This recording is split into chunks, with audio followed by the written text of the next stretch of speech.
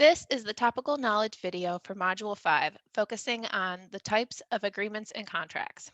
Contracts are a part of all three of our module groupings: the societal and legal context, the project and process context, as well as the firm and business context. Contracts organize the team and its responsibilities and set standards that have both explicit and implicit ethical content. Contracts are also describe the project and the tasks and the milestones necessary for its completion.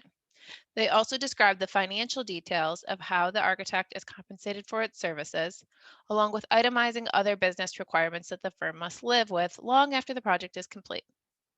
Thus, Module 5, Contracts, acts as a pivot point for all of our module groupings and acts here specifically as the transition point to our next module grouping. Grouping 2, which is the project and process context. The material we cover in this module references a lot of the project and process details that we have not yet covered, yet with the intention of showing you the short legalistic summary of our project responsibilities before we delve into greater detail in the modules to come. Be sure to know at least two things while reading the contract. As noted above, how greatly abbreviated is a contractual description of what many of us spend so much of our time doing professionally, design and documentation of the project. Also, how very much else is required of us in order to fulfill our project commitments beyond just design and documentation. So there's a whole slew of other responsibilities that we have as architects that move beyond design and documentation. These 2 points will be important to remember when we get into the details of the project's phases and the services over the next 4 modules. As the basis for this class, we'll be utilizing the AIA contracts, and in this module specifically, the AIA B101 contract, known as the Owner-Architect Agreement, which, as it sounds, defines the relationship between the project or building owner and the architect who is hired to complete the work. There are other contract documents also available through the AIA, which are important for defining different contractual relationships throughout the profession, or that get utilized in different circumstances, like a variation on project delivery methods. So the A series of contracts from AIA contains the owner and architect or owner contractor agreements, the relationship defined between the owner and the contractors on the project. The B series, like B101, contains the owner architects agreements and define the relationship between the architects and the owner.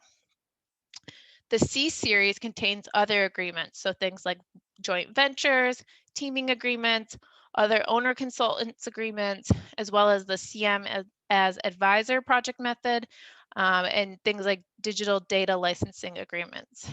The D series of contracts or contract documents contains miscellaneous documents like methods of calculating area and volumes of a building, project checklist, and guides for sustainable projects. The E series is exhibits, E for exhibits, provide additional information and are often used attached to another larger contract document. So there's sort of additional information that often gets added beyond a base contract. And then there's the G series, which is contract administration and project management forms. So transmittal letters, construction classification worksheets, amendments or additional services to the original contract, project change directives, all of these sorts of things. Though the AIA provides a whole suite of contract documents that can be used across the profession, and they are widely utilized across the United States, it's important that they're not the only form of contract utilized. However, they do a good job of laying out the responsibilities, and many of the other contracts out there are likely to contain similar requirements and information. The AIA documents are also the basis for most of these other contracts.